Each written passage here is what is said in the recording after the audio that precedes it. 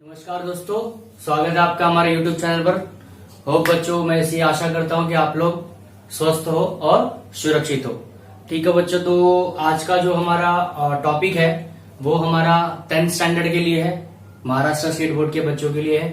और हम लोग ने ऑलरेडी आपके मैथ्स 2 का फर्स्ट चैप्टर कवर कर लिया हुआ है। तो जिन लोगों को अभी तक वो वीडियो नहीं मिली है, इस वीडियो के डिस्क्रिप्शन में उस वीडियो की लिंक है, वहां से जाके आप देख सकते हो बच्चों। और आज हम लोग शुरू करने वाले अपने मैथ्स 1 मतलब अलजेब्रा का सबसे पहला चैप्टर, जिसका नाम है लीनियर इक्वेशन इन 2 वेरिएबल। ठीक है, तो उसमें आपका सबसे पहला प्रैक्टिस सेट है 1.1।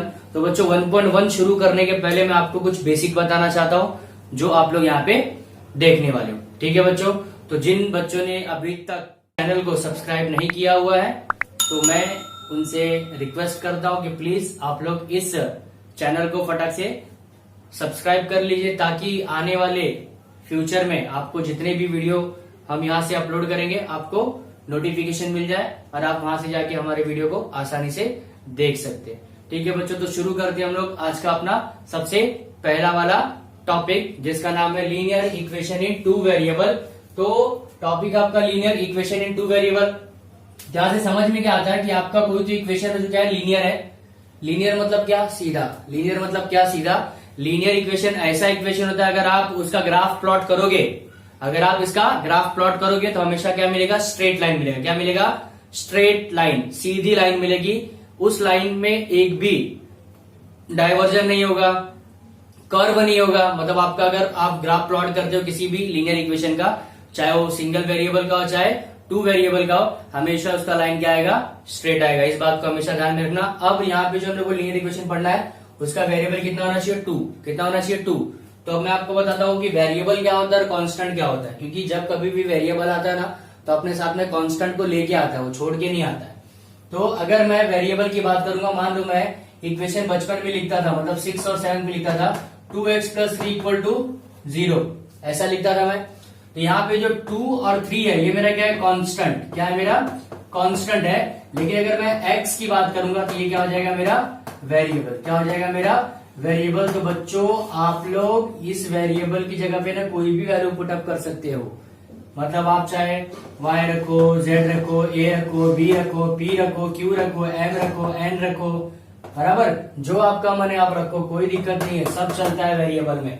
जो वेरिएबल आप कंसिडर करोगे वो सारा का सारा वेरिएबल यहाँ पे लिख सकते हो। याद रखो, वेरिएबल मतलब उसका वैल्यू हमेशा चेंज होते रहता है क्वेश्चन के हिसाब से। लेकिन अगर 2 लिखा तो 2 का वैल्यू मेरे को पता हमेशा 2 ही रहेगा ना। ऐसा क्या किसी और क्वेश्चन में गया तो 2 का वैल्यू कुछ अलग हो जाता है, नहीं। 2 है तो 2 का वैल्यू 3 रहेगा। तो यहाँ से मुझे एक बात क्या समझ में आती है कि ये जो कांस्टेंट होते हैं ये अपना वैल्यू फिक्स रखते हैं, मतलब ये नंबर होते हैं। और ये नंबर्स को हम लोग रियल नंबर बोलते हैं। क्या बोलते हैं, रियल नंबर। क्या बोलते हैं, रियल नंबर। क्या होता है आपका, 0 ले लो, यहाँ से +1 चले जाओ और यहाँ से -1 -2, यहाँ से +∞, यहाँ से -∞। तो इसको हम लोग क्या बोलते हैं, रियल नंबर। क्या बोलते हैं, रियल नंबर। और ये 2 3 है, ये सब क्या है, अपना रियल नंबर ही होता है। अब यहाँ पे मेरे को क्या बोला, इक्वेशन इन 2 वेरिएबल। क्या बोला, इक्वेशन इन 2 वेरिएबल। तो मैं चलो मैं आपको एक जनरल फॉर्म बता देता हूँ कि लीनियर इक्वेशन का 2 वेरिएबल अगर इक्वेशन दिया तो उसका जनरल फॉर्म क्या होता है, ax + by + c = 0। ये क्या होता है, उसका क्या होता है, उसका जनरल फॉर्म होता है। क्या होता है, जनरल फॉर्म। और बोलोगे सर जनरल फॉर्म आपने तो बोला है ए बी सी सब क्या हो जाता है मेरा यहाँ पे वेरिएबल।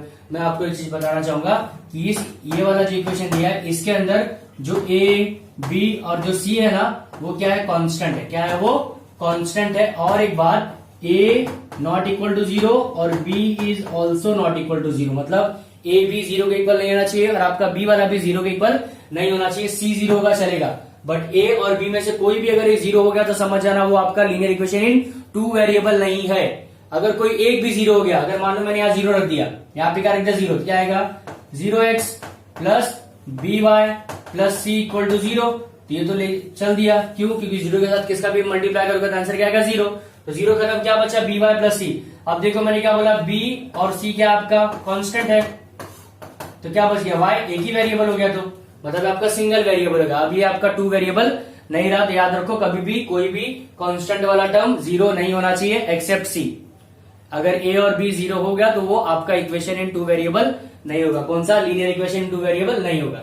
तो ये था आपका जनरल फॉर्म। अब मैं देख लेता हूं कि मेरा अगर कोई क्वेश्चन दिया, मुझे पता करना है कि वो मेरा लीनियर इक्वेशन टू वेरिएबल है कि नहीं है। तो बहुत सिंपल सा तरीका है, ये दो फंक्शन याद रखो। पहला फंक्शन क्या कि हमेशा दो वेरिएबल होना चाहिए, हमेशा दो वेरिएबल, एक वेरिएबल नहीं चलेगा। दो वेरिएबल मतलब क्या, या तो एक्स वाई, या तो ए बी, या तो पी क्यू, या तो एम एन, कुछ भी दो होना चाहिए कांस्टेंट के साथ में। ठीक है, जैसे यहां मैंने बताया कि अगर आपका दो वेरिएबल, देखो एक्स और वाई क्या दो वेरिएबल है, ए और बी आपका क्या है कांस्टेंट है, ये और ये आपका क्या है वेरिएबल, और ये ए और बी आपका क्या है कांस्टेंट। समझ में आ रहा है, वेरिएबल कांस्टेंट। अब तो यहाँ पे मेरा दो वेरिएबल है, इसलिए मैंने बोल दिया कि लीनियर इक्वेशन टू वेरिएबल है। अगर मान लो कोई एक वैल्यू भी अगर जीरो हो गया, कोई एक वैल्यू अगर क्या हो गया जीरो, जैसे मैंने यहाँ लिख दिया था 0x, कोई एक वैल्यू अगर जीरो हो गया तो ये चल दिया, क्या बचा बी वाई प्लस सी, वाई एक ही वेरिएबल।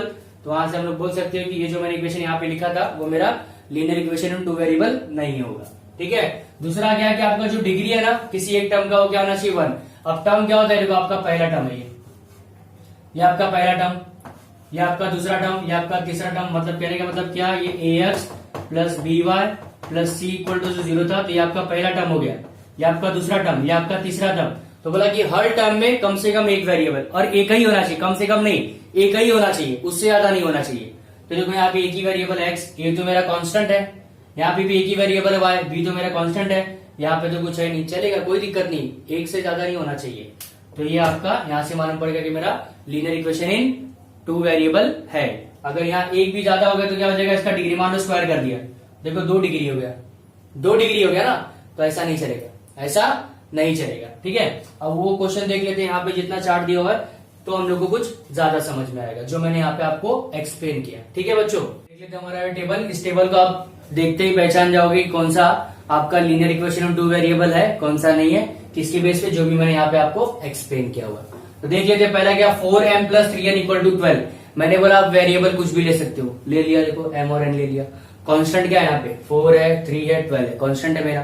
तो मैंने क्या बोला था, एक इक्वेशन में एक टर्म में एक ही वेरिएबल होना चाहिए, है एक टर्म ये है, एक टर्म ये है, एक टर्म ये है, इसमें भी एक ही वेरिएबल, इसमें भी एक ही वेरिएबल, दोनों का पावर भी कितना है 1 1, कितना है 1 1। इसके जैसा 2 नहीं है यहाँ पे, 2 नहीं है यहाँ पे, तो ये मेरा क्या होगा, linear equation in two variable होगा। अब यहाँ पे देखो स्क्वायर हो गया, मैंने भी बताया अगर स्क्वायर होगा तो ये नहीं होगा, यहाँ पे लिखोगे नो कि ये मेरा लीनियर इक्वेशन टू वेरिएबल नहीं है। अब यहाँ भी लिखोगे एक्स है, वाई है, सिंगल सिंगल है, इससे फर्क नहीं पड़ता, ये रूट में है वो सब, में कोई फर्क नहीं पड़ता। हाँ, लेकिन अगर एक्स और वाई रूट में रहा तो बड़ा तब फर्क पड़ सकता है, लेकिन अभी फिलहाल तो नहीं है ना। तो हम लोग बोलेंगे कि ये जो मेरा एक्स है और जो वाई है एकदम सिंपल है, दोनों का पावर 1 1 है, इसका मतलब क्या, ये मेरा linear equation in two variable होगा। अब यहाँ पे देखो 0x हो गया, मैंने बोला था 0 नहीं होना चाहिए, तो ये नो। यहाँ पे भी देखो ये 0 हो गया, 0y, मैंने बोला था 0 नहीं होना चाहिए, नहीं है, नहीं होगा। अभी देखो 4/x plus 5/y equal to 4, देख लेते हैं, सॉल्व कर लेते हैं अलग से, यहाँ सॉल्व कर लेते हैं। 4/x plus 5/y equal to क्या है 4, क्रॉस मल्टीप्लाई करता हूँ, क्रॉस मल्टीप्लाई करो, इसका इधर करो 4y, इसका इधर करो 5x, और इसका अपॉन में कितना आएगा, xy आ जाएगा, ये आएगा आपका 4। अभी देखो xy क्या हो रहा है, डिवाइड, इधर से उठ के कहां चला जाएगा, वो इधर चला जाएगा, इधर आ गया। अब जरा इस इक्वेशन को ध्यान से देखो, इस इक्वेशन को ध्यान से देखो, देखो दो वेरिएबल आ गया एक साथ। मैंने बोला था क्या दो वेरिएबल आना चाहिए, नहीं, मैंने बोला था कि हमेशा एक ही वेरिएबल होना चाहिए। तो यहाँ तो 2 वेरिएबल आ गया, इसका मतलब ये नहीं है, तो लिखोगे नो। ठीक, अब लास्ट में देखो यहाँ पे भी 2 वेरिएबल, देखो एक्स वाई साथ साथ में आ गया, इसका मतलब ये भी आपका लीनियर इक्वेशन टू वेरिएबल नहीं होगा बच्चों। तो इस तरह हमने ये अपना एक्टिविटी देख लिया। अब हम लोग चलते हैं, मेरे ख्याल से अब तक हमारा सारा का सारा बेसिक कवर हो चुका है बच्चों। और एक बात, आप जो 1.1 यहाँ पढ़ने वाले हो तो वो आप ऑलरेडी 9th स्टैंडर्ड में पढ़ लियो। अलजेब्रा का 5th चैप्टर याद करो, आपने ऑलरेडी ये सब 9th स्टैंडर्ड में पढ़ लिया हुआ अलजेब्रा के 5th चैप्टर में। हम लोग बस यहाँ क्या करने वाले और उसको थोड़ा सा और हार्ड लेवल पे उसको देखने वाले, बस, और इससे ज्यादा कुछ नहीं करने वाले। 9th स्टैंडर्ड में आपको साइमल्टेनियस इक्वेशन सॉल्व करने बोला जाता था 5th चैप्टर में, याद आ रहा है, 9th स्टैंडर्ड में 5th चैप्टर अलजेब्रा का, उसमें आपको बोला जाता है कि सॉल्व दी साइमल्टेनियस इक्वेशन। अब साइमल्टेनियस वर्ड क्या होता है, साइमल्टेनियस मतलब होता है कि आप किसी 2 इक्वेशन को एक साथ एक ही टाइम पे सॉल्व कर रहे हो। आप किसी 2 इक्वेशन को एक साथ एक ही टाइम पे अगर सॉल्व कर रहे हो तो उस प्रोसेस को हम लोग बोलेंगे साइमल्टेनियस इक्वेशन। क्या बोलेंगे? साइमल्टेनियस इक्वेशन को मैं क्या करने जा रहा हूं? सॉल्व करने जा रहा हूं। तो 9th में हम लोग ने क्या देखा था कि हम लोग दो इक्वेशन लेते थे, दो मेथड था हमारे पास। एक तो था एलिमिनेटिंग मेथड था और दूसरा आपका क्या था? By making coefficient equal. ये दो मेथड था। तो हम लोग यहाँ पे एक ही मेथड यूज करेंगे हमेशा, बार बार, बाय मेकिंग कोएफिशिएंट इक्वल। ये वाला हम लोग प्रोसेस मेथड फॉलो करेंगे और अपने सम्स फटाफट एकदम सॉल्व करते जाएंगे बच्चों। ठीक है। और इस वीडियो के दौरान जो भी मैं सम सॉल्व करूंगा, अगर किसी को डाउट होगा उस सम्स में तो प्लीज आप मुझे कमेंट बॉक्स में मेंशन कीजिए। अगर आपको समझ में आ रहा है तो बहुत अच्छी बात है, और अगर नहीं आ रहा तो प्लीज आप कमेंट बॉक्स में मुझे लिख के बताइए कि आपको क्या दिक्कत है। मैं जल्द से जल्द उस प्रॉब्लम को सॉल्व करने की पूरी कोशिश करूंगा। ठीक है बच्चों, तो अब शुरू करते हैं हम लोग अपना 1.1। तो आइए बच्चों शुरू करते हैं हम लोग अपना क्वेश्चन नंबर 1। तो क्वेश्चन नंबर 1 देखिए क्या लिखा, complete the following activity and solve the simultaneous equations. मुझे क्या करना है कि ये जो एक्टिविटी दी है उसको कंप्लीट करना है, और साथ में जो उस एक्टिविटी में इक्वेशन दिए हैं वो मेरा क्या है, लीनियर इक्वेशन इन 2 वेरिएबल। तो उसको मुझे साइमल्टेनियसली सॉल्व करना है। मतलब फाइनली आपको क्या करना है, एक्स और वाई का वैल्यू निकालना है और कुछ भी नहीं करना है बच्चों। तो जैसा 9th में करते थे ना वैसे ही करेंगे। तो देख लेते एक बार क्या है, 5x + 3y = 9 आपका इक्वेशन नंबर 1 है, और 2x - 3y = 12 ये आपका क्या इक्वेशन नंबर 2 है। अब आपने सीखा होगा कि सबसे पहले इक्वेशन सॉल्व करने के लिए दो बातों का ध्यान रखिए। सबसे पहली बात तो देखते हैं कि कौन से वाले वेरिएबल का कोएफिशिएंट सेम है। तो यहाँ पे मुझे क्या दिख रहा है, एक तो वेरिएबल मेरा x है और एक मेरा y है। तो अगर मैं x का वेरिएबल देखता हूँ, x अगर मेरा वेरिएबल है तो उसका कोएफिशिएंट देखो अलग अलग है। यहाँ पे 5 और 2 अलग अलग है, मतलब x काम नहीं करेगा। लेकिन अगर मैं y की बात करूंगा तो y का देखो वेरिएबल y है और उसका कांस्टेंट कितना देखो 3, यहाँ पे भी 3 है। मतलब ये वाला मैं कंसीडर कर सकता हूँ सॉल्व करने के लिए y वाला। और दूसरी बात यह है कि आप देखोगे कि दोनों वेरिएबल का साइन क्या है, प्लस है कि माइनस है, कि अलग अलग है, कि सेम है। तो अगर दोनों का साइन सेम होगा तो आप क्या करेंगे, सब्ट्रैक्ट। और अगर दोनों का साइन डिफरेंट होगा, मतलब अगर एक प्लस है एक माइनस, या फिर एक माइनस एक प्लस अगर ऐसा रहा तो आप क्या करोगे, ऐड। तो यहाँ पे देखो एक प्लस है और एक माइनस है, इसका मतलब आप क्या करोगे, ऐड। तो सीधा लिखिए लेट ऐड इक्वेशन 1 और 2। तो ऐड कर लेते हैं। तो मैंने लिखा 5x + 3y = 9 और 2x - 3y = 12। जैसा लिखा तो कॉपी किया। अब मैं ऐड कर रहा था, 5 और 2 कितना हो गया, 7, और 3y और -3y कैंसल ईच अदर, दोनों कट गए। 9 और 12 कितना होता है बताओ, 21, बराबर। यहाँ आएगा 21 और 7 यहाँ क्या मल्टीप्लाई कर देगा डिवाइड। 7 से 21 का कितना आया, 3, सिंपल। अब यही x का वैल्यू जो 3 है, या तो इक्वेशन नंबर 1 में रखो या तो इक्वेशन नंबर 2 में रखो। तीनों ने किस में रखा, इक्वेशन नंबर 1 में। तो इक्वेशन नंबर 1 में मैं क्या करता हूँ, वैल्यू पुट करता हूँ। तो 5 क्या था देखो, 5x था, x वाले कितना आया 3, मतलब यहाँ क्या रखूंगा मैं 3 + 3y = 9, तो पहले से दिया हुआ है। और 5 3 कितना होता है 15, तो 15 इस साइड प्लस, इस साइड क्या देगा -15। तो देखो ये -15 हो गया, -15। अब 9 में से 15 क्या कितना आता है, 9 में से अगर मैं 15 माइनस करूंगा कितना आता है, -6 आएगा। कितना आएगा, -6 आएगा। क्यों -6 आया, क्योंकि 9 में से 15 तो जाता नहीं, लेकिन 15 में से 9 में माइनस कर सकता हूँ। कितना आएगा, 6 आएगा। लेकिन देखेंगे दोनों में से बड़ा कौन है, 9 बड़ा है कि 15 बड़ा है। तो मैं देखता हूं कि मेरा 15 बड़ा है, जिसका साइन क्या है माइनस, इसलिए यहाँ क्या लिखेंगे माइनस। तो बच्चों यहाँ पे भी क्या आएगा, -6, कैंसिल करो कितना आ गया, -2। तो ये हो गया आपका x, ये हो गया आपका y। यहाँ से मुझे क्या मालूम पड़ा, x का वैल्यू 3 आएगा और y का वैल्यू कितना आएगा, -2 आएगा बच्चों। यहाँ से मेरा ये इक्वेशन सॉल्व हो गया और पूरा सोल्यूशन निकल गया। अब हम लोग चलते हैं क्वेश्चन नंबर 2 पे। लिखा है solve the following simultaneous equations. तो दो इक्वेशन दिए, तो सबसे पहले अज्यूम कर लो आपका इक्वेशन नंबर 1 कौन है और इक्वेशन नंबर 2 कौन है। तो यहाँ से मुझे समझ में आया कि ये मेरा इक्वेशन नंबर 1 है और ये समझ में आया कि ये मेरा इक्वेशन नंबर 2 है। तो बच्चों वही प्रॉपर्टी यूज करो, दो कंडीशन। सबसे पहली कंडीशन क्या देखेंगे कि कौन से वेरिएबल का कांस्टेंट सेम है। तो देखो यहाँ पे एक मेरा वेरिएबल है, इसका कांस्टेंट 3 है, इसका कांस्टेंट 1 है, ये नहीं चलेगा। यहाँ देखो b है, दोनों का वेरिएबल b और कांस्टेंट भी देखो सेम है। अब दूसरी कंडीशन क्या देखते थे, मतलब मैं b कंसीडर कर सकता हूं, मेरे को b से सॉल्व करना है। दूसरी कंडीशन ये थी कि दोनों का साइन सेम है कि अलग है। यहाँ देखो दोनों का साइन सेम है, तो मैंने अभी बोला अगर दोनों का साइन सेम होगा तो क्या करेंगे, सब्ट्रैक्ट। और अगर दोनों का साइन अलग अलग होगा तो क्या करेंगे, ऐड। यहाँ पे देखो दोनों का साइन अलग अलग था, इसलिए क्या किया, ऐड किया। यहाँ दोनों का साइन सेम है तो मैं क्या करूंगा, सब्ट्रैक्ट।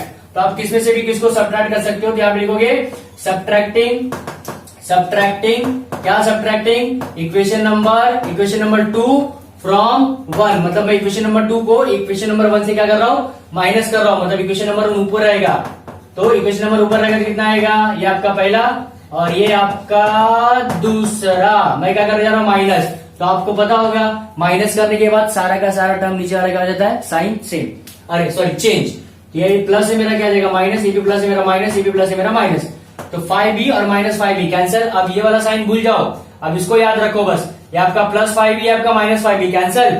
यहाँ पे देखो 3 है, ये आपका माइनस है, तो 3 में से एक चला गया, कितना बचेगा 2, वेरिएबल क्या आपका a इक्वल टू, ये तो पहले हो चुका खत्म, 22 में से 26 में से 22 गया, कितना आएगा 4, सिंपल। अभी आपको a निकालना है, ये आएगा 4/2, तो a का वैल्यू कितना हो गया 2, चलो ये आ गया। आप क्या करोगे, इसी a का वैल्यू या तो इक्वेशन नंबर 1 में रखो या तो इक्वेशन नंबर 2 में, तो लिखता हूं मैं सब्स्टिट्यूट क्या करोगे, substitute a equal to 2 in equation number 1। अब इक्वेशन नंबर 1 क्या मेरा, देखो 3a plus 5b equal to 26, तो 3 into 2 plus 5b equal to 26, 2 कहां से आया, a का वैल्यू 2 है ना, तो a का वैल्यू 2 है, 3 का कितना होगा 6 प्लस 5b इक्वल टू 26, तो बच्चों यहां से क्या समझा, 5b का वैल्यू 26, ये प्लस इधर आके क्या आ जाएगा माइनस, तो 5b का वैल्यू कितना आ गया 20। अब एक बार यहाँ पे 5 क्या रहा है मल्टीप्लाई, इधर आके क्या आ जाएगा डिवाइड, क्या हो जाएगा डिवाइड, तो यहाँ से b का वैल्यू कितना आ जाएगा 4, क्योंकि 5 4 जा 20 होता है, तो b का वैल्यू 4 आ गया। तो बच्चों यहाँ पे लिखोगे सोल्यूशन a, b क्यों, क्योंकि a और b में वेरिएबल था, a का वैल्यू कितना आया 2 और b का वैल्यू कितना आया 4। तो इस तरह हमारा क्वेश्चन नंबर 1 कंप्लीट। अब हम लोग चलते हैं क्वेश्चन नंबर 2 पे, तो शुरू करते हैं हम लोग अपना क्वेश्चन नंबर 2। क्वेश्चन नंबर 2 क्या है, x प्लस 7 इक्वल टू 10 और 3x माइनस 2 इक्वल टू 7। तो सबसे पहले काम आपका क्या होता है, नंबरिंग करो कि कौन सा इक्वेशन आपका फर्स्ट है, कौन सा आपका इक्वेशन नंबर 7 है, अरे 2 है, ये आपका इक्वेशन नंबर 1 हो गया और ये आपका इक्वेशन नंबर हो गया 2। अब हम लोग चेक करेंगे कि किसका कोएफिशिएंट इक्वल है, यहाँ पे 1 है, यहाँ पे 3, यहाँ पे 7 है 2, एक भी कोएफिशिएंट इक्वल नहीं है, तो नहीं है तो बनाओ, नहीं है तो बनाओ। कैसे बनाएंगे, किसी एक भी इक्वेशन में किसी नंबर का मल्टीप्लाई कर दो या फिर दोनों में किसी नंबर का मल्टीप्लाई कर दो, देखो सेम होता है कि नहीं होता है। तो अगर मैं यहाँ 3 पे मल्टीप्लाई, यहाँ पे अगर मैं 3 पे मल्टीप्लाई करूं, किस पे 3 पे, अगर मैं यहाँ पे 3 से अगर मैं मल्टीप्लाई कर दूं तो क्या आएगा 3x आ जाएगा, देखो 3 3 सेम हो गया, कर देते हैं। तो यहाँ पे लिखता हूं मैं multiply by 3 in equation number 1। अब इक्वेशन नंबर 3 का मल्टीप्लाई कर, देखो 3x 7 3 जा 21y और 10 3 जा 30, इक्वेशन नंबर क्या आ गया 3। अब इक्वेशन नंबर 2 और इक्वेशन नंबर 3 को देखने का, 1 में मैंने मल्टीप्लाई किया तो 1 के साथ कुछ नहीं करना। अब 2 और 3 को देखो, देखो दोनों सेम सेम हो गया 3 3। अब दोनों का साइन भी क्या है प्लस प्लस, तो मैंने बताया था अगर दोनों का साइन सेम होगा तो क्या करेंगे सब्ट्रैक्ट, लिखता हूं मैं सब्ट्रैक्टिंग इक्वेशन नंबर 2 फ्रॉम 3, मतलब 3 में से 2 को मैं क्या कर रहा हूं माइनस। अब 2 में से 3 को भी माइनस कर सकते, कोई दिक्कत नहीं, तो मैं 3 में से माइनस कर रहा हूं, मतलब 3 को पहले लिखना पड़ेगा, तो 3x plus 21y equal to 30। और सेकंड वाला इक्वेशन क्या आपका 3x minus 2y equal to क्या है 7। अब माइनस करो तो सब साइन क्या हो जाएगा चेंज, ये प्लस था तो माइनस, ये माइनस था तो ये प्लस, ये प्लस था तो क्या हो जाएगा माइनस, सब साइन चेंज हो गया, ये कट जाएगा क्यों +3 और -3 गया। अब 21 प्लस 2 कितना आएगा 23y और 30 में से 7 का तो कितना आता है 23 आता है। अब दोनों साइड 23 कैंसिल, कितना आएगा बस 1, तो y का वैल्यू कितना आ गया 1 आ गया, कितना आ गया 1। अब इसी y का वैल्यू आपको किसी दूसरे इक्वेशन में रखना है, तो मैं लिखता हूं यहाँ पे पुट रखोगे तो भी चलेगा, सब्स्टिट्यूट करोगे तो भी चलेगा। तो put y equal to 1 in equation number, किस में रख दो बताओ, चलो 1 में रख दो, इक्वेशन नंबर 1। इक्वेशन नंबर 1 क्या है मेरा x plus 7y equal to 10। अभी आपको y का वैल्यू क्या रखना है 1, तो देखो y का वैल्यू मैंने 1 रख दिया, यहाँ पे आएगा x 7 1 जा 7 इक्वल टू 10। अब मुझे एक बात पता है, यहाँ पे +7 है, यहाँ पे आएगा तो -7, तो x का वैल्यू कितना हो जाएगा 3, क्योंकि 10 में से 7 जाता है 3। लास्ट में आप क्या लिखोगे बच्चों सोल्यूशन, क्या लिखोगे सोल्यूशन। यहाँ पे मैं लिखता हूँ सोल्यूशन, सोल्यूशन किसमें आपका x और y में, तो लिखोगे x, y इक्वल टू क्या आएगा बताओ, x वाली कितना आ गया 3 और y का वैल्यू कितना आ गया 1। तो बच्चों इस तरह मेरा क्वेश्चन नंबर 2 कंप्लीट होता है। अब मैं चलता हूँ क्वेश्चन नंबर 3 पे। क्वेश्चन नंबर 3 क्या है मेरा, यहाँ पे भी देखो सेम जो दिया है उसको सबसे आप पहले आप क्या करो मार्किंग करो, ये हो गया आपका इक्वेशन नंबर 1। दूसरा आपका आएगा 2x plus y equal to 13, ये आपका होगा इक्वेशन नंबर 2। अब चेक करो आपका कौन सा कोएफिशिएंट सेम है, यहाँ से मुझे ये दिख रहा है कि दोनों में x का कोएफिशिएंट सेम है ना, 2 2 है। अब ये चेक करो दोनों का साइन सेम है क्या? हाँ, दोनों का साइन भी क्या सेम है, ये भी प्लस है ये भी प्लस है। तो जब कभी भी साइन सेम होता है क्या करोगे? सब्ट्रैक्ट। तो लिखता हूं मैं यहाँ पे सब्ट्रैक्टिंग, क्या? Subtracting equation number 2 from 1। मैं 1 में से 2 को माइनस कर रहा हूं, तो 1 में से माइनस करो मतलब आपको 1 पहले लिखना पड़ेगा, तो मैंने 1 पहले लिख दिया, और ये आपको बाद में लिखना पड़ेगा, तो मैंने बाद में लिख दिया। अब माइनस करूंगा तो सब साइन क्या हो जाएगा? चेंज। ये प्लस था माइनस, ये भी प्लस था माइनस, ये भी प्लस था, क्या हो जाएगा? माइनस। ये कट जाएगा, क्यों? प्लस में से -2 गया। अब -3 -1 कितना आएगा? -4। देखो -3 -1 कितना हो गया? 4 हो गया। अब आएगा तो आया रहेगा। और 9 में से अगर मैं 13 क्या करता हूँ? माइनस। कितना आता है? 9 में से अगर 13 में क्या करता हूँ? माइनस। तो नहीं जाता, लेकिन 13 में से 9 तो जाता है ना। कितना आता है? 4। यहाँ पे भी आएगा 4। अब माइनस इसलिए क्योंकि 13 मेरा बड़ा, उसका साइन क्या हो गया? माइनस। तो यहाँ पे देखो दोनों साइड -4 है, कट जाएगा, कितना आएगा? 1। सेम इसके सही आ रहा है। अब क्या करूंगा? Put y equal to 1 in equation number, किस में रखता हूं? चलो मैं 1 में रख दिया। Equation number 1। इक्वेशन नंबर 1 क्या है मेरा? 2x - 3y equal to 9। तो 2x ऐसे आएगा, y का कितना बोला? 1 रखने बोला तो 1 रख दिया। आएगा 2x - 3 इक्वल टू 9। अब -3 इस साइड हो जाएगा तो कितना आएगा? +3 हो जाएगा। तो आएगा 9 3 12, तो x 12/2, तो x सॉरी कितना आ गया? 6। तो यहाँ से बच्चों आप लोग लिखोगे सोल्यूशन। क्या लिखोगे? सोल्यूशन। तो सोल्यूशन आपका किसमें लिखो? x और y में, तो लिखेंगे x, y। x value how much? 6 and y का वैल्यू कितना? 1। तो बच्चों इस तरह मेरा इक्वेशन नंबर 3 भी सॉल्व हो गया। क्वेश्चन नंबर 3 सॉल्व हो गया। अब हम चलते हैं क्वेश्चन नंबर 4। क्वेश्चन नंबर 4 क्या मेरा? ये आपका पहला इक्वेशन 19 इक्वेशन नंबर 1, और ये आपका दूसरा इक्वेशन नंबर 2। अब देखोगे कौन सा साइन सेम, कौन सा अलग, और कौन सा कोएफिशिएंट सेम है। 5 और 1 है, नहीं सेम है। -3 और -6 है, सेम नहीं है। लेकिन एक बात बताऊं मैं आपको, अगर यहाँ पे आप 2 का मल्टीप्लाई कर दोगे तो 6 हो जाएगा ना, 3 2 6, या फिर यहाँ पे 5 का कर दो। दोनों में से कुछ भी कर सकते हो आप, या तो यहाँ 5 का मल्टीप्लाई कर दो, या तो 2 का कर दो। तो मैं ऊपर 2 का करता हूँ, हमेशा छोटे नंबर से मल्टीप्लाई करना चाहिए, आंसर छोटा सा आता है। तो मैं क्या करता हूँ? इक्वेशन नंबर 1 में किससे मल्टीप्लाई करता हूँ? 2 से। क्यों 2 से? ताकि ये 6 हो जाए, बराबर। यहाँ पे लिखता हूं मैं multiply by 2 in equation number 1। तो इक्वेशन नंबर 1 में अगर मैं 2 से मल्टीप्लाई करता हूं तो कितना आएगा? 5 2 10m, 3 2 6n, बराबर। और 19 2 कितना होता है? 38। ये आपका आ गया इक्वेशन नंबर 3। अब इक्वेशन नंबर हाथ नहीं लगाएंगे, क्यों? क्योंकि मैंने उसमें मल्टीप्लाई किया है। बस गया इक्वेशन नंबर 2 और 3। अब इक्वेशन नंबर 2 और 3 के साथ क्या करोगे? ऐड की सब्ट्रैक्ट। क्या करेंगे? सब्ट्रैक्ट। क्यों? क्योंकि दोनों का साइन क्या है? माइनस माइनस, मतलब सेम है। तो जब कभी भी साइन सेम होता है क्या करते हैं हम लोग? सब्ट्रैक्ट। तो लिखता हूं मैं सब्ट्रैक्टिंग इक्वेशन नंबर 1 फ्रॉम 3, मतलब 3 में से मैं 1 को क्या कर रहा हूं? और इक्वेशन नंबर सॉरी 2 सॉरी मैंने बोला ना 1 को हाथ में लगाना 2। तो सब्ट्रैक्टिंग इक्वेशन नंबर 2 फ्रॉम 3। तो 3 में से मेरे को 2 वाला इक्वेशन क्या करना है? माइनस करना है। तो ये मेरा 3 वाला लिख दिया। अब 2 वाला ये लिख रहा हूं मैं माइनस करने के लिए। तो चलो मैंने ये 2 वाला लिख दिया। अब माइनस करूंगा तो सब साइन क्या हो जाएगा? चेंज। ये क्या था तुम्हारा? प्लस था, माइनस, ये माइनस है, क्या जाएगा? प्लस, ये माइनस है, क्या जाएगा? प्लस। ये तो चल दिया, क्यों? -6 + 6 गया। 10 में से 1 गया, कितना आएगा? 9m।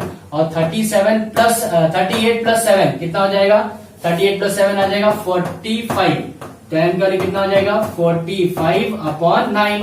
तो m का कितना हो जाएगा? 9 5 45 होता है, आपको पता है 9 5 45। तो m का कितना आ जाएगा? 5 हो जाएगा। अब यहाँ से एक बात और मुझे पता चलती है कि मैं m का वैल्यू 5 अगर निकाल लिया तो आप उसको इक्वेशन 1 2 किस में रखते हैं? चलो 1 में रख देता हूँ। तो पुट m = 5 इन इक्वेशन नंबर 1। यहाँ पे इन आएगा इन इक्वेशन नंबर 1। तो क्या इक्वेशन नंबर 1? 5m - 3n = 90। अब आप क्या रख रहे हो? m का वैल्यू 5 रख रहे हो। तो 5 × 5 - 3n = 19। तो 5 5 25 - 3n = 19।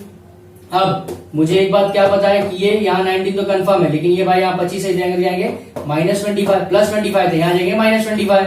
तो जरा माइनस करके बताओ कितना आता है। तो जहां तक मुझे पता है आंसर कितना आता है उसका? अरे सॉरी 6 आता है। 25 में से 19 का तो कितना आएगा? 6। लेकिन -6 क्यों? क्योंकि ये 25 बड़ा है, उसका साइन क्या है? -6। अरे इसका साइन क्या? माइनस, इसलिए माइनस आ गया। तो अब मुझे n निकालना है, तो माइनस माइनस कैंसल, ये 6 है, यहाँ 3 का मल्टीप्लाई, इधर क्या हो जाएगा डिवाइड। तो n का वैल्यू कितना आ गया 2, कैसे आ गया 3 को 6 से, सॉरी 6 को 3 से क्या कर दो डिवाइड कर दो, तो n का वैल्यू आ जाएगा 2। तो बच्चों लास्ट में हम लोग क्या लिखेंगे सोल्यूशन, क्या लिखेंगे सोल्यूशन। तो सोल्यूशन में क्या आएगा m और n, तो लिखता हूं मैं m, n। क्या आंसर आएगा m और n के लिए, देखो m का वैल्यू कितना आया, m का वैल्यू कितना आया 5 आया और n का वैल्यू कितना आया बच्चों 2 आया। तो यहाँ पे मैंने अपना क्वेश्चन नंबर 4 कर लिया। अब हम लोग चलते क्वेश्चन नंबर 5 पे, ठीक है बच्चों अपना क्वेश्चन नंबर 5 और 6, ठीक है। तो क्वेश्चन नंबर 5 देखिए क्या लिखा है 5x + 2y = -3। तो आप वही करोगे, सबसे पहले नंबर ही करोगे, ये आपका इक्वेशन नंबर क्या हो जाएगा, ये आपका इक्वेशन नंबर हो जाएगा 1 और ये आपका इक्वेशन नंबर हो जाएगा 2।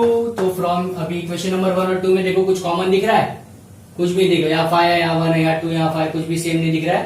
तो आप सेम कर लो, क्या करता हूँ मैं यहाँ पे 5 से मल्टीप्लाई कर देता हूँ, सिंपल सी बात है। यहाँ 5 है तो यहाँ पे मैं क्या करता हूँ 5 से मल्टीप्लाई, तो किसमें इक्वेशन नंबर 2 में, यहाँ पे लिखता हूँ मैं multiply by 5 in equation number 2। यहाँ पे आएगा 5x, 5 5 25, 5 4 20, ये इक्वेशन नंबर 3 हो गया। अब आपने 2 में मल्टीप्लाई किया तो 2 को छोड़ दो, 1 और 3 को देखो, 1 और 3 में भी सेम सेम क्या हो गया, ये दोनों सेम हो गया। तो दोनों का साइन भी देखो प्लस प्लस है, तो जब कभी भी साइन सेम होता है क्या करेंगे सबट्रैक्ट। तो लिखता हूं मैं सबट्रैक्टिंग इक्वेशन नंबर, किसको सबट्रैक्ट करता हूं 1 को, subtracting equation number 1 from equation number 3, मतलब इक्वेशन नंबर 3 में से मैं 1 को क्या करूंगा सबट्रैक्ट। तो पहले आप 3 वाला लिखोगे, क्या लिखोगे 3 वाला लिखोगे, 3 में से मैं 1 को क्या कर रहा हूं सबट्रैक्ट, तो मेरा 1 ऊपर वाला प्लस 2y = -3। अब मैं सबट्रैक्ट करूंगा तो सबका साइन क्या हो जाएगा चेंज, ये माइनस, ये क्या हो जाएगा प्लस। तो देखो ये +5 -5 कैंसिल, 25 में से 2 गया 23y, 20 + 3 23। तो देखो जरा यहाँ पे दोनों का 23 में सेम होता है, कितना आएगा आपका 1। तो क्या लिखोगे put y = 1 in equation number 1। Equation number 1 क्या मेरा, चलो 2 में रख देते हैं, अब किस में रखते हैं 2 में, तो 2 में 1 में भी रखोगे तो भी आंसर आएगा। तो x + 5y = 4। तो मुझे को जरा एक बात बताओ, 5 का तो 5 रहेगा, y का कितना है 1, तो यहाँ 1 आएगा, यहाँ पे आएगा 4। तो x + 5 = 4, 5 का वैल्यू 1 में हो तो 5 आएगा, ठीक है। तो x का क्या आएगा 4, यहाँ प्लस यहाँ आएगा माइनस, तो आएगा x का वैल्यू -1, 4 में से 5 गया -1। यहाँ पे आप क्या लिखोगे बच्चों सोल्यूशन, क्या लिखोगे सोल्यूशन। अभी x और y में तो लिखोगे x, y, x का वैल्यू हाउ मच -1 और y का वैल्यू हाउ मच 1, तो हो गया आपका सोल्यूशन, ठीक है। अब चलते क्वेश्चन नंबर 6 पे। तो क्वेश्चन नंबर 6 देखो थोड़ा दिखने में अतरंगी लग रहा है तो है नहीं वो। तो याद रखो जब कभी भी ऐसे टाइप का क्वेश्चन आया कि अपॉन में नंबर दिख रहे हैं तो जो नंबर दिखता है ना उसी से मल्टीप्लाई कर दो, सीधा आंख बंद करो और जो नंबर दिख रहा है अपॉन में उसी नंबर से सब में मल्टीप्लाई कर डालो। ये जरा पहला वाला अगर मैं इक्वेशन इसको मार्किंग करूं 1/3 x y = 10/3, आपका इक्वेशन नंबर 1 हो गया। और इसी के बगल में मैं लिखता हूं इक्वेशन नंबर 2, तो ये आपका 2x + 1/4y, ये आपका 11/4, ये होगा आपका इक्वेशन नंबर 2। क्या हो गया इक्वेशन नंबर 2। हल्का सा ऐसा कर देता हूं मैं, अलग अलग सॉल्व कर लेता हूं। तो अगर ये दोनों इक्वेशन देखोगे तो पहले इक्वेशन में क्या दिख रहा है अपॉन में 3 दिख रहा है, तो मैंने क्या बोला जो अपॉन में है उसी से मल्टीप्लाई करो। अपॉन में क्या दिख रहा है 3, तो 3 से मल्टीप्लाई करते लिखोगे multiply by 3 on both side. दोनों साइड आप किससे मल्टीप्लाई करोगे 3 से। तो अगर मैं यहाँ 3 से मल्टीप्लाई करूंगा तो कुछ ऐसा आएगा, मुझे तो लग रहा है जहां तक मुझे पता है ऐसा आएगा। और यहाँ क्या दिख रहा है बच्चों अपॉन में 4 दिख रहा है, तो multiply by 4 on both side, multiply by 4 on both the side. तो दोनों साइड में 4 से मल्टीप्लाई करने जा रहा हूं, तो आएगा 4 × 2x, 4 × 1/4y और 4 × 11/4। ये देखो 4 कैंसिल, ये देखो 4 कैंसिल, ये देखो 3 कैंसिल, ये देखो 3 कैंसिल। क्या बचा 1 का मल्टीप्लाई x में हुआ था x, 3 का मल्टीप्लाई y में तो 3y और 1 का मल्टीप्लाई 10 में हुआ तो यहाँ पे वही आएगा ना, 1 का मल्टीप्लाई 10 में हुआ तो 1, अरे 10। ये आपका इक्वेशन नंबर 1 2 हो गया, इसको दे दो 3। सेम ऐसे यहाँ पे देखो 4 2 8x, यहाँ पे देखो 1 का मल्टीप्लाई y में तो y और 1 का मल्टीप्लाई 11 में तो कितना आएगा 11। ये आपका इक्वेशन नंबर 4। तो ये हो गया 3 और ये 4, दोनों में कुछ सेम दिख रहा है नहीं दिख रहा है। यहाँ पे 1 है, यहाँ पे 8 है, यहाँ पे 3 है, यहाँ पे कितना है 1 है। तो काम करो यही 3 से मल्टीप्लाई कर दो, आंसर आ जाएगा आपका। क्यों दोनों 3 सेम हो जाएगा ना। आप बोलोगे सर यहाँ 8 से कर देता हूँ, करो 8 से नंबर बड़ा होगा, तो मैंने क्या बोला, बड़ा नंबर नहीं देते, हमेशा छोटा नंबर आंसर आपका इजिली आता है। तो आप इसे अच्छा 3 से मल्टीप्लाई करो, किसमें, इक्वेशन नंबर 4 में। यहाँ पे मैं लिखता हूँ multiply by 3 in equation number 4। तो अगर मैं 3 से मल्टीप्लाई करूँ कितना आएगा, 8 3 24x, यहाँ पे आएगा 3y, यहाँ पे आएगा 33, ये होगा इक्वेशन नंबर 5।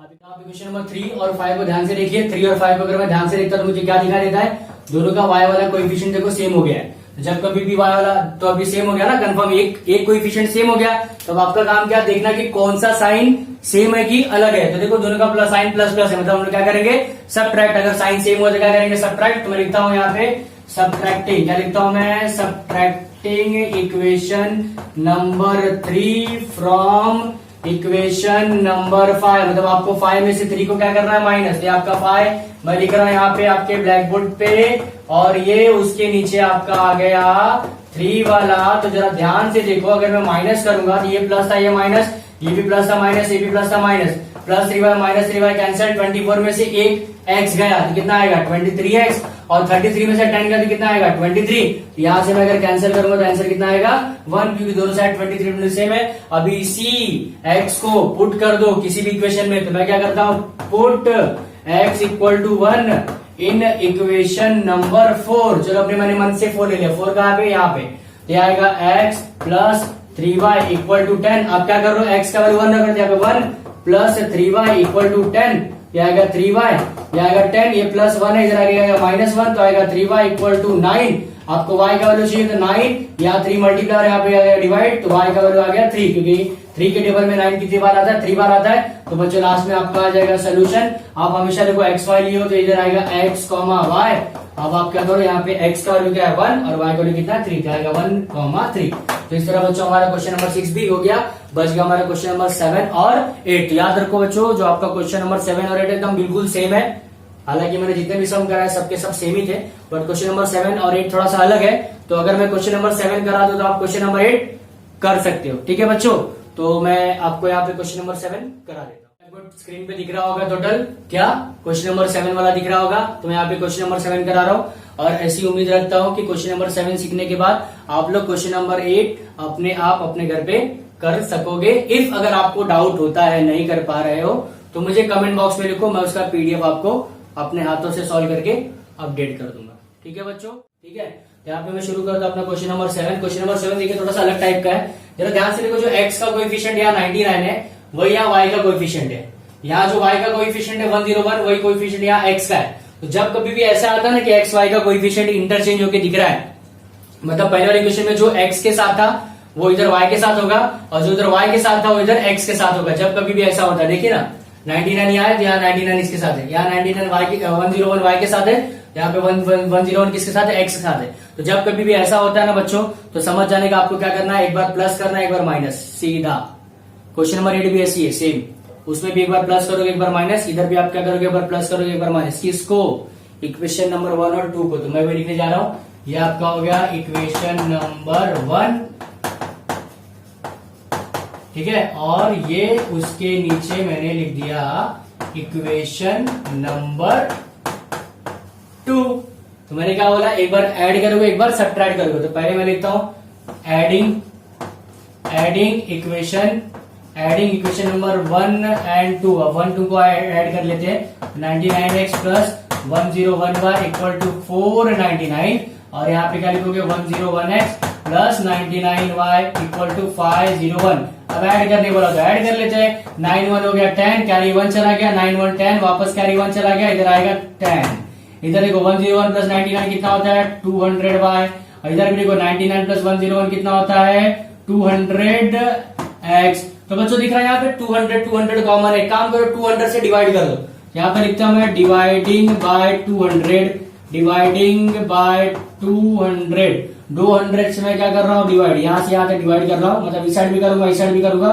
तो यहाँ से 200 डिवाइड कर, यहाँ पे x आएगा, यहाँ पे y आएगा। और बच्चों अगर आप 1000 में 200 से डिवाइड करें, 2 जीरो कट गया, 2 5 जा, मतलब आंसर कितना आ गया यहाँ पे 5। ये हो गया आपका इक्वेशन नंबर 3। अब क्या करोगे, सबट्रैक्ट करोगे। तो यहाँ पे सॉल्व कर लेता हूं। सबट्रैक्टिंग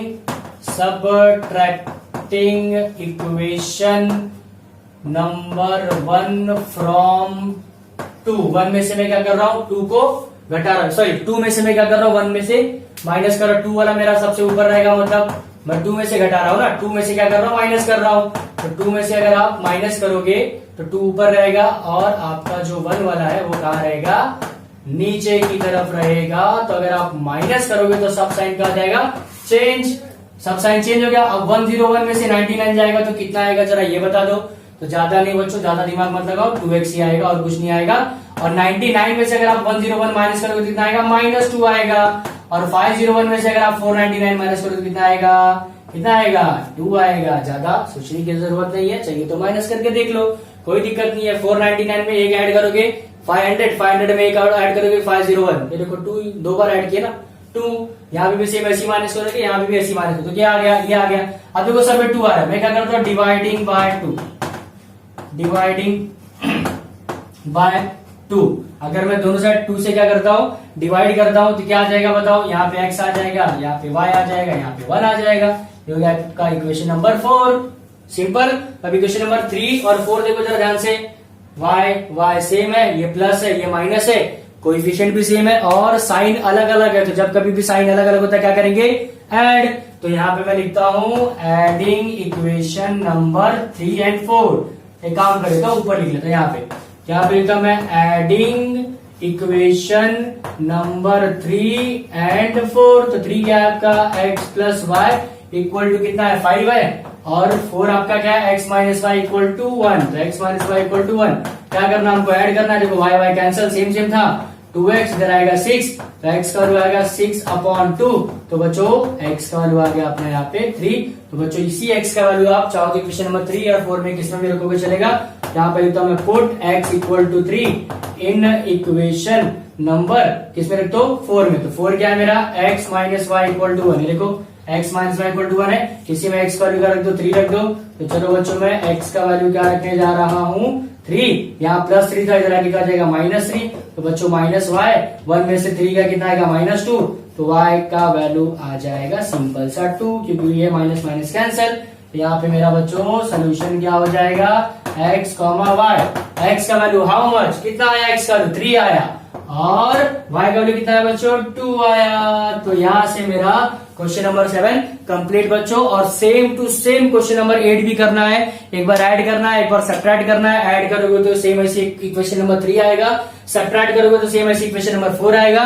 अब दोनों का कोएफिशिएंट इक्वल करो, अगर नहीं है तो, अगर है तो कोई बात नहीं, डायरेक्ट आप सॉल्व कर सकते हो और लास्ट में सोल्यूशन लिख देना x, y जो भी आपका आंसर है, ठीक है बच्चों। तो यहाँ पे हमारा प्रैक्टिस सेट 1.1 खत्म होता है। अब हम लोग प्रैक्टिस सेट 1.2 देखेंगे, ठीक है बच्चों, अपने अगले लेक्चर में। और एक बात, जिन बच्चों को ये वीडियो पसंद आ रही है, जो हमारे चैनल पे नए नए जस्ट अभी आए हुए हैं, तो मैं उनको ऐसा कहना चाहता हूँ कि अगर आपको कंटेंट हमारा अच्छा लगता है, वीडियो समझ में आता है, जो मैं पढ़ाता हूँ यहाँ आपको क्लियरली, तो बच्चों प्लीज इस चैनल को जल्दी से सब्सक्राइब कर लीजिए। जितना आपका मुझे सपोर्ट मिलेगा उतना मुझे अच्छा लगेगा और मैं इस काम को और अच्छे से करने की कोशिश करूंगा। और आपकी जितनी भी समस्याएं हैं इस एजुकेशन के रिगार्डिंग, 10th स्टैंडर्ड के रिगार्डिंग, 9th के रिगार्डिंग, 8th के रिगार्डिंग, सब कुछ मैं यहाँ पे क्लियर करने के लिए हूँ बच्चों। तो अगर आपके कोई और दूसरे फ्रेंड है अलग अलग स्टैंडर्ड्स के, तो उनको भी आप हमारा चैनल रिफर कर सकते हैं बच्चों, ठीक है बच्चों। तो मिलते हैं हम लोग अपने अगले लेक्चर में।